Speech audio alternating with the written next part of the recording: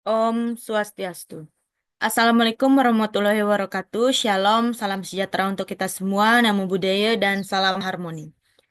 Perkenalkan, nama saya Nimade Lilis Febrianti dengan NIM 231101121, mahasiswi program studi bimbingan dan konseling kelas B semester 3 dengan nomor absen 05. Jadi pada kesempatan kali ini saya akan membuat video menjabarkan atau menjelaskan mengenai tugas UAS yang telah saya buat pada mata kuliah Statistik Inferensial yang diampu oleh Bapak Wayan Eka Paramarta MPD. Namun sebelumnya izinkan saya untuk menampilkan tugas yang telah saya buat terlebih dahulu.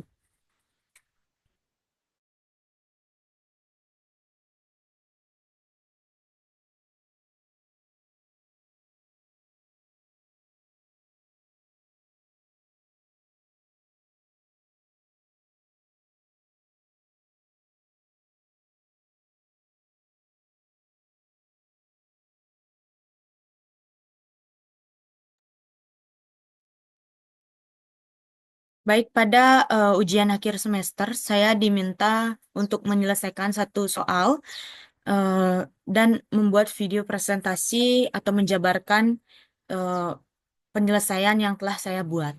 Jadi di sini ada satu persoalan di mana persoalannya yaitu seorang peneliti melakukan penelitian dengan membandingkan rata-rata skor self-efikasi kelompok yang diberikan teknik self-management dan kelompok yang tidak diberikan perlakuan atau kontrol. Jadi peneliti mengambil sampel sebanyak 15 orang untuk kelas eksperimen dan 12 orang untuk kelas kontrol.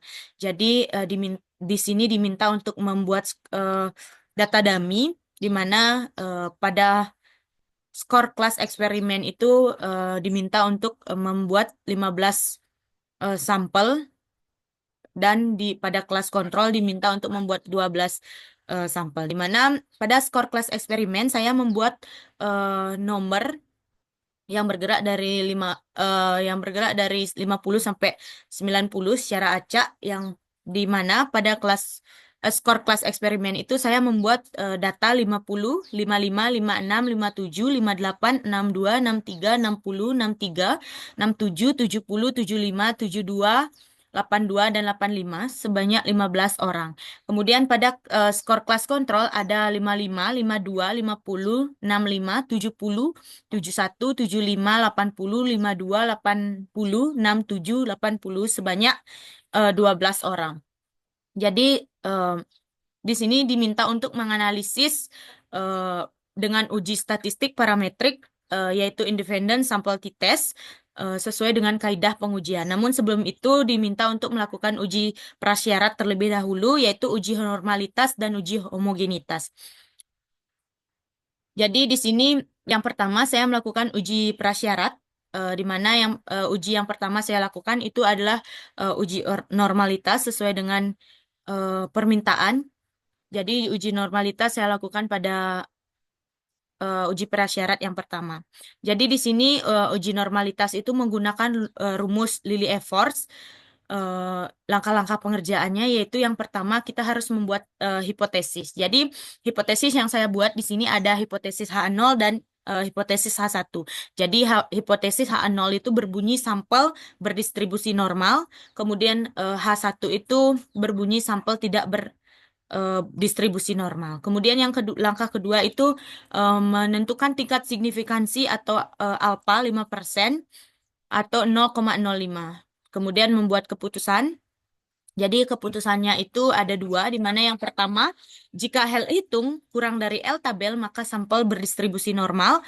Kemudian keputusan yang kedua itu, jika L hitung kurang dari L tabel, maka sampel tidak berdistribusi normal. Kemudian selanjutnya itu melakukan em, maaf, yang ketiga itu adalah statistik uji. Jadi L itu sama dengan maksimal, jadi eh, L maksimalnya itu adalah FZI dikurangi dengan SZI. Kemudian selanjutnya itu langkah yang keempat itu melakukan perhitungan. Yang pertama-tama kita harus mencari ZI terlebih dahulu. Jadi di sini data yang telah kita buat kelas eksperimen dan kelas kontrol itu kami gabung. Kita gabung menjadi 20 menjadi satu tabel atau menjadi satu kolom di sini itu sebanyak 27 sampel. Di mana yang pertama itu ada 50, 55, 56 dan seterusnya sampai dengan yang terakhir itu ada 80. Di sini kita harus mencari X kuadratnya. Jadi untuk mencari X kuadratnya itu tinggal mengkuadratkan X ini, data ini. Jadi yang pertama itu ada angka 50. 50 dikuadratkan itu adalah 2.500. Begitupun seterusnya, 55 dikuadratkan menjadi 3.025.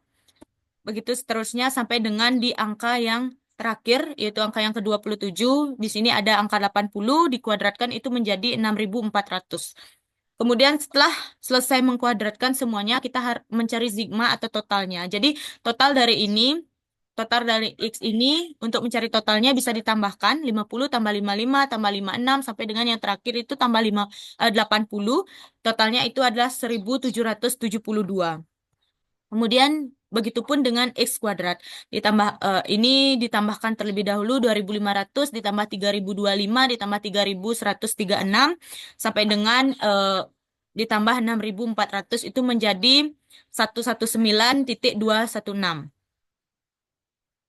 Setelah menyelesaikan persoalan tersebut, kita bisa mencari rata-rata atau min dari data di atas.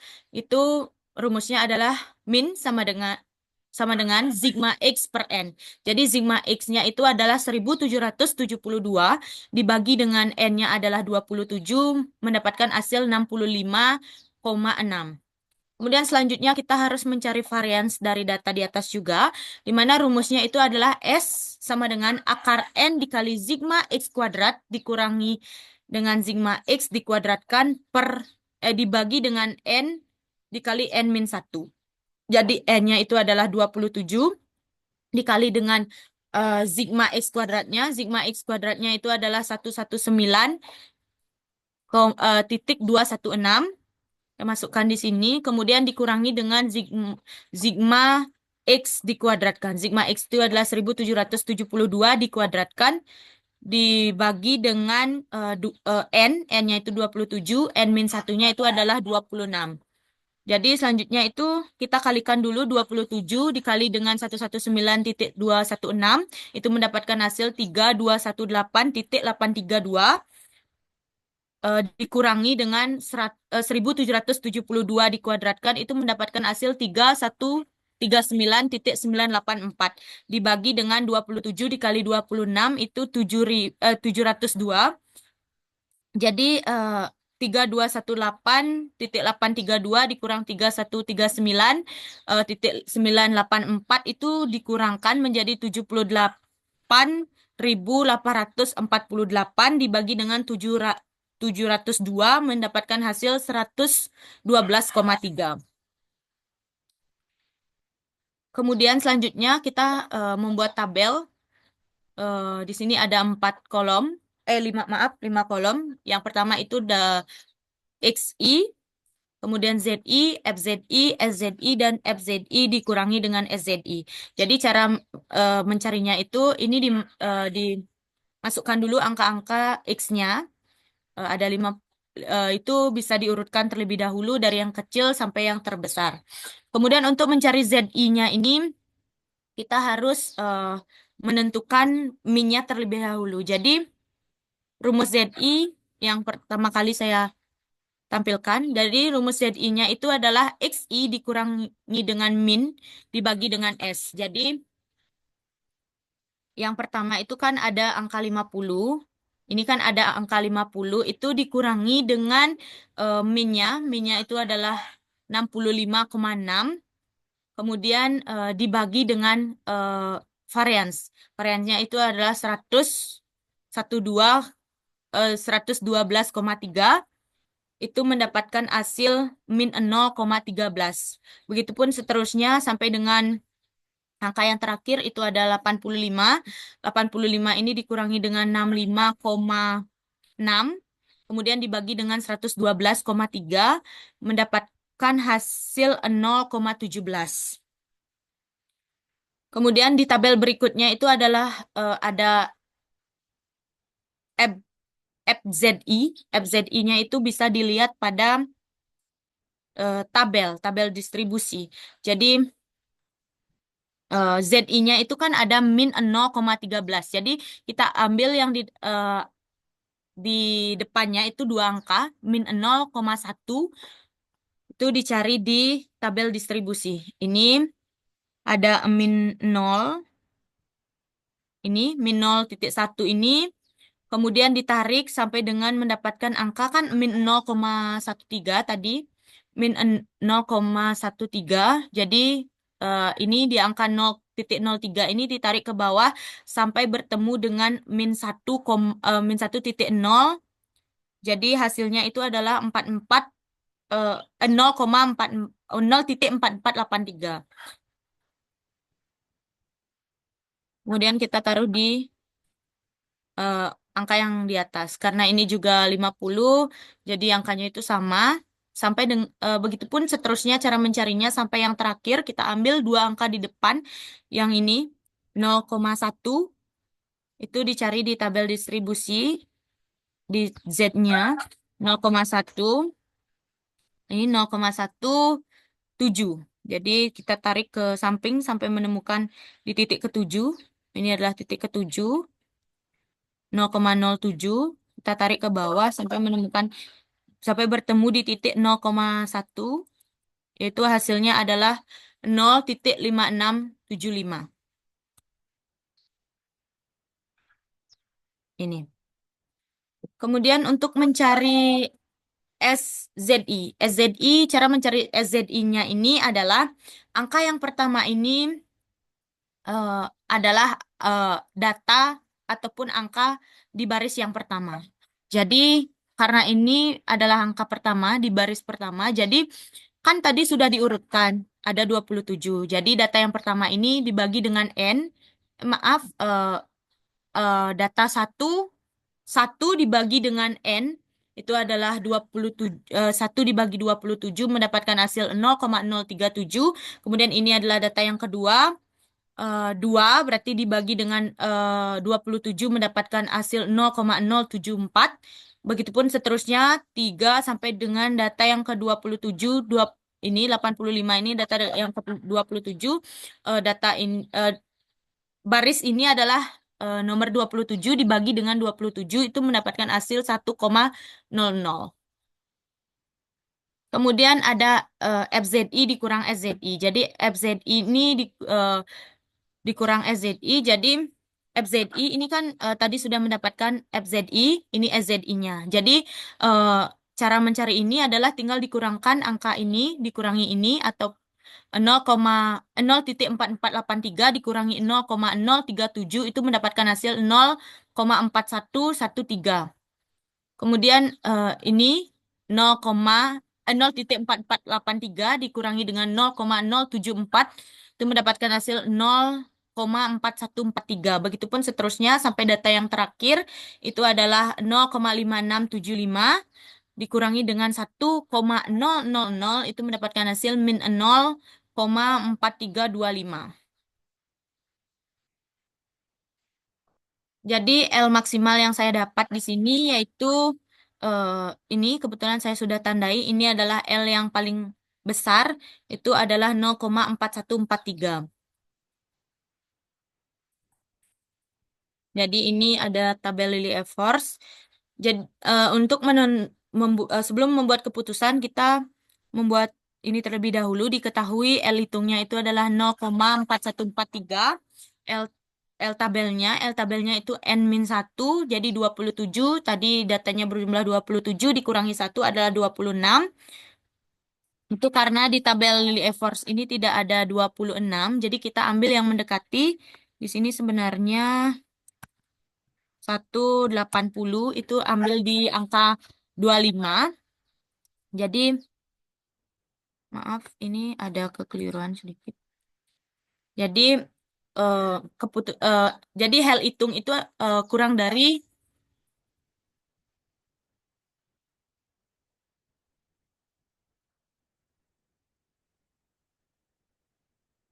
jadi L hitung itu lebih besar dari L tabel.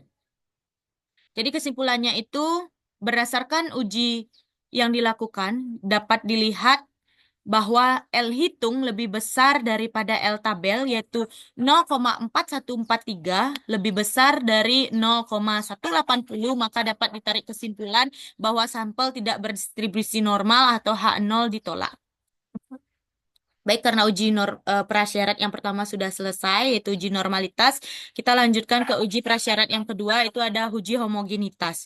Jadi, langkah pengerjaan dari uji homogenitas itu, yang pertama, tentunya juga membuat hipotesis. Jadi, hipotesis ini saya hanya membuat hipotesis yang pada uji homogenitas itu hanya ada hipotesis H0 yang berbunyi sampel bersifat homogen. Kemudian yang kedua itu menentukan tingkat signifikansi, yaitu alfa 5% atau 0,05. Kemudian yang ketiga itu membuat keputusan. Di sini juga ada dua keputusan, di mana yang pertama, jika F hitung kurang dari F tabel, maka sampel bersifat homogen. Kemudian jika F hitung kurang dari F tabel, maka sampel tidak bersifat homogen. Kemudian selanjutnya itu ada statistik uji. Di sini ada rumus F hitung. Rumus F hitung itu adalah varians besar dibagi dengan varians kecil. Dan juga ada rumus varians itu adalah N sigma IN sama dengan 1 X kuadrat dikurangi dengan sigma IN sama dengan 1 X dikuadratkan dibagi dengan N dikali N min 1. Kemudian selanjutnya kita pada perhitungannya. Yang pertama, kita harus membuat tabel penolong terlebih dahulu, di mana di sini ada 5 kolom. Yang pertama itu berisi nomor. Yang kedua itu adalah X1 atau skor kelas eksperimen. Kemudian yang kedua ada X2, itu skor kelas kontrol. Kemudian ada X1 dikuadratkan dan X2 dikuadratkan. Jadi, tadi saya sudah menampilkan data dummy atau angka yang sudah saya buat. Angka yang sudah saya buat itu di apa namanya di X1 itu saya buat skor kelas eksperimen, dan di X2-nya itu ada skor kelas kontrol. Ini berjumlah 12, yang kelas eksperimen itu berjumlah 15. Kemudian untuk mencari X1 kuadratnya itu bisa mengkuadratkan X1 ini, 50 kuadrat adalah 2500.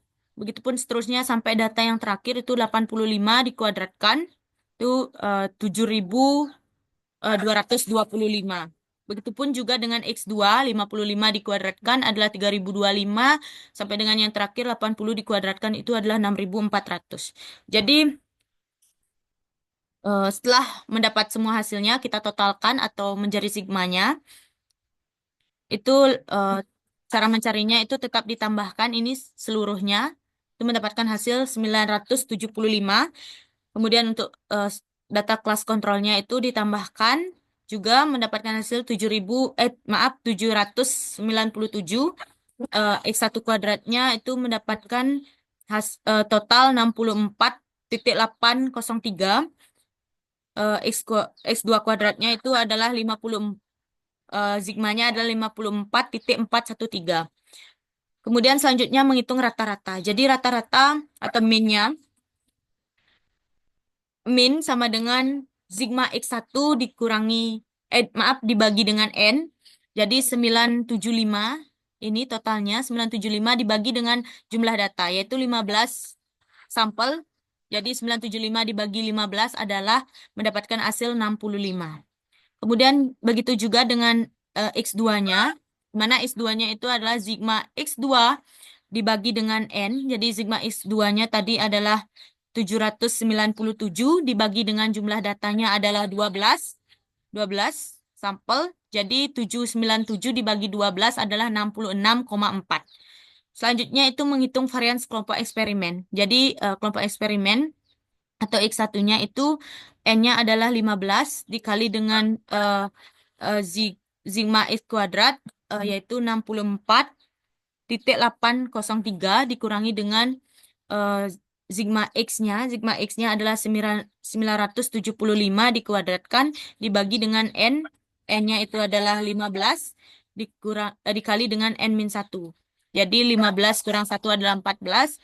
15 kemudian 15 dikali 6 ribu 600, maaf 64,803 itu mendapatkan hasil 972.450 dikurangi dengan 975 dikuadratkan itu 975 dikuadratkan mendapatkan hasil 950.625 dibagi dengan 15 dikali 14 yaitu mendapatkan hasil 210. Jadi 972.450 dikurangi 950.625 itu mendapatkan hasil 21825 dibagi dengan 210 itu mendapatkan hasil 103,9. Kemudian selanjutnya menghitung varians kelompok kelas kontrol atau X2-nya. X2-nya itu N-nya adalah 12, jadi dikali dengan eh, total atau sigma X kuadratnya 64.413 dikurangi dengan X-nya. Sigma X-nya itu adalah 797 dikuadratkan dikurangi dengan maaf dibagi dengan 12 dikali 12 min 1. Jadi 12 dikali 54413 itu adalah 652956. Kemudian dikurangi dengan 797 dikuadratkan itu adalah mendapatkan hasil 635.209. Kemudian 12 dikali 11 itu mendapatkan hasil 132. Jadi 652.956 dikurang dengan 635.209 itu dikurang mendapatkan hasil 17.747 dibagi dengan 132 mendapatkan hasil 132,4. Kemudian kita menghitung F hitungnya. Jadi F hitungnya itu adalah varian besar dikurangi varian kecil. Jadi varian besarnya di sini dapat dilihat angka yang lebih besar itu adalah varian kelompok kelas kontrol yaitu 132,4. Sedangkan kelas eksperimennya itu ada 103,9. Jadi varians besar dibagi dengan varians kecil itu adalah 132,4 dibagi dengan 103,9. Kemudian F hitungnya itu sama jadi 132,4 dibagi dengan 103,9 itu mendapatkan hasil 1,274. Jadi di sini menghitung DF-nya V1 itu sama dengan N-nya adalah 15 dikurang 1 mendapatkan hasil 14. Kemudian V2-nya itu adalah 12 atau X2 ya. Itu ada 12 dikurangi 1 mendapatkan hasil 11. Jadi V1 dan V1-nya 14, kemudian V2-nya adalah 11. Jadi dapat dilihat di tabel F hitungnya, ini ada tabel F hitung saya sudah lampirkan, di mana ini adalah V1 dan ini adalah V2. Kemudian karena V1-nya 14, kemudian ditarik ke bawah itu di angka yang ke-11 itu V2-nya itu kan 11 tadi, kemudian ditarik ke samping di angka ini, di angka 0,05, jadi 2.7386. Jadi F hitungan adalah 27386.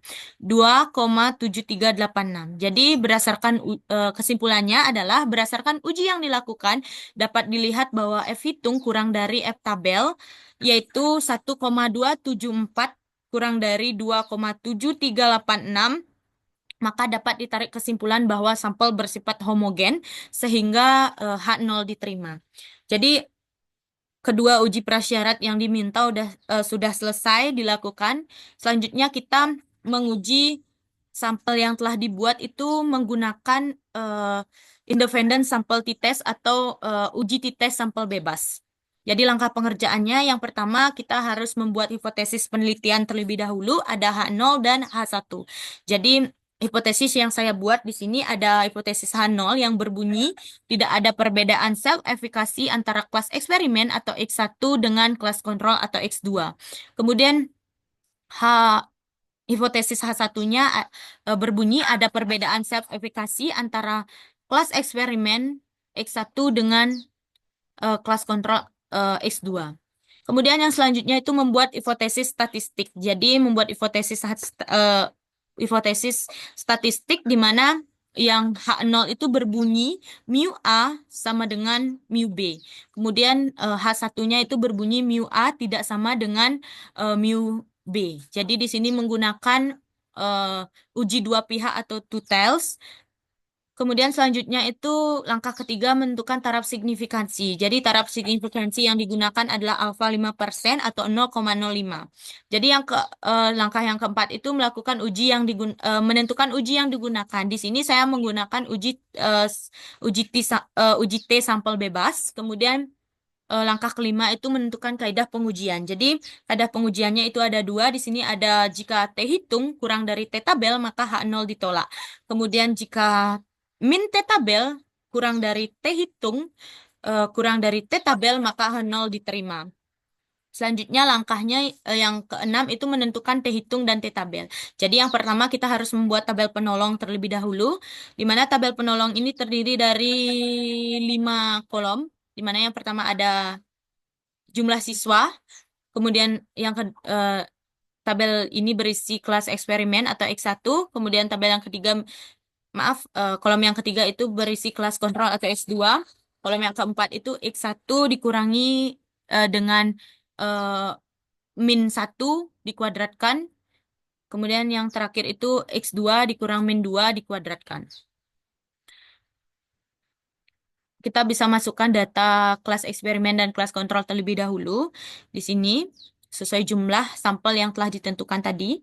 Kemudian untuk mencari X1 dikurangi min 1 dikuadratkan itu adalah kita harus menghitung nilai rata-rata atau min terlebih dahulu. Jadi di sini minnya cara mencarinya itu sigma X1 dibagi dengan N.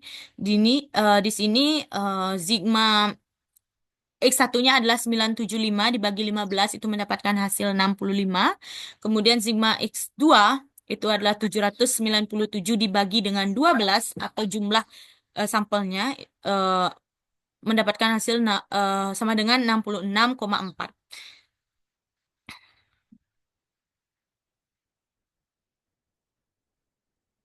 Kemudian baru kita bisa melakukan atau menghitung X1 dikurang min 1 dikuadratkan. Jadi X1 itu adalah di kelas eksperimen itu ada 50 dikurangi dengan minnya. Minnya itu adalah 65. Kemudian dikuadratkan itu mendapatkan hasil 225. Kemudian yang di data yang kedua itu ada 55 di dikurang dengan 65 itu dikuadratkan mendapatkan hasil 100. Begitupun juga dengan kelas kontrol. 55 dikurangi dengan minnya itu ada 66,4 dikuadratkan itu mendapatkan hasil 129,96. Itu pun sampai selesai, menentukan totalnya juga tinggal ditambahkan setelah menghitung seluruhnya. Kemudian baru menentukan nilai varians atau S kuadrat. Jadi S kuadrat dari S1-nya itu adalah atau sigma dari X1 dikurang min 1 kuadrat itu adalah 1428 dibagi dengan 15 dikurangi 1 atau 14 itu mendapatkan hasil 102. Kemudian X2-nya itu sigma dari X2 dikurang dengan min 2 dikuadratkan itu adalah 1478,96 92 dibagi dengan 12 dikurang 1. Jadi mendapatkan hasil 134,4.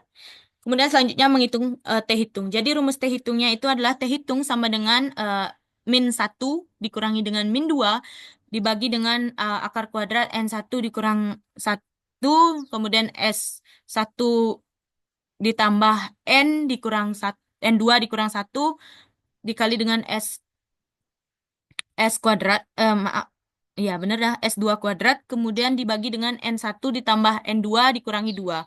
Dikalikan dengan 1 dibagi N1 ditambah 1 dibagi N2.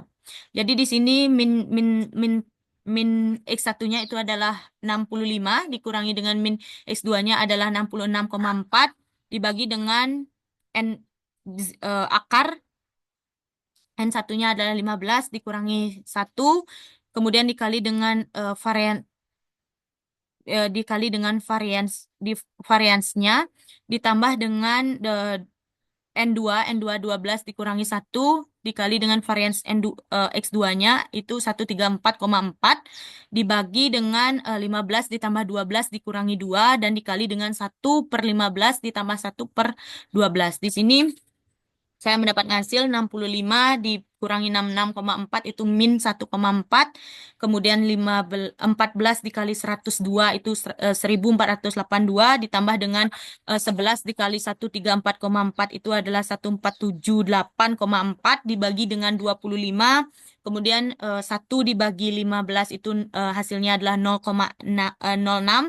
1 dibagi 12 itu mendapatkan hasil 0,8. Jadi di sini kita bisa turunkan itu 1,4-nya itu ditulis di sini diturunkan, kemudian dibagi dengan akar. Akar dari 1482 ditambah dengan 1478,4 dibagi 25 itu adalah 118,4 dikali dengan 0,06 ditambah 0,08 itu mendapatkan hasil 0,14. Jadi 1,4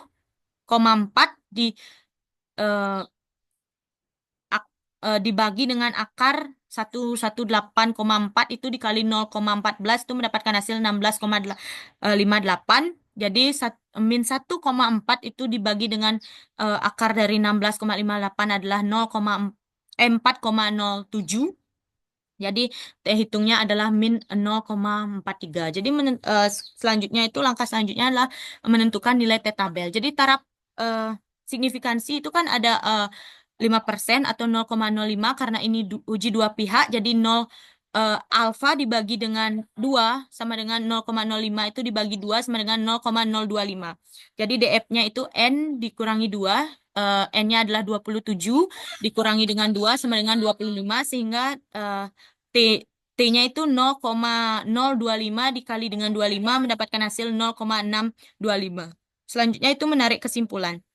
Jadi diketahui tadi T hitung saya yang saya dapat yaitu min 0,43, kemudian T tabelnya adalah 0,62, 25. Jadi T hitung kurang dari T tabel yaitu min 0,43 kurang dari 0,625 maka H0 ditolak. Artinya ada perbedaan self efikasi antara kelas eksperimen atau X1 dengan kelas kontrol atau X2. Baik, sekianlah pemaparan terkait dengan tugas UAS yang telah diberikan. Saya sudah menyelesaikan melakukan uji prasyarat terlebih dahulu. Kemudian selanjutnya itu menghitung independen sampel t-testnya. Baik, saya akhiri dengan mengaturkan Parama Santi, Om Santi Santi Santi Om. Wassalamualaikum warahmatullahi wabarakatuh. Shalom, salam sejahtera untuk kita semua dan salam harmoni. Akhir kata saya tutup dengan mohon maaf dan terima kasih mohon maaf jika ada kesalahan dan sekian terima kasih.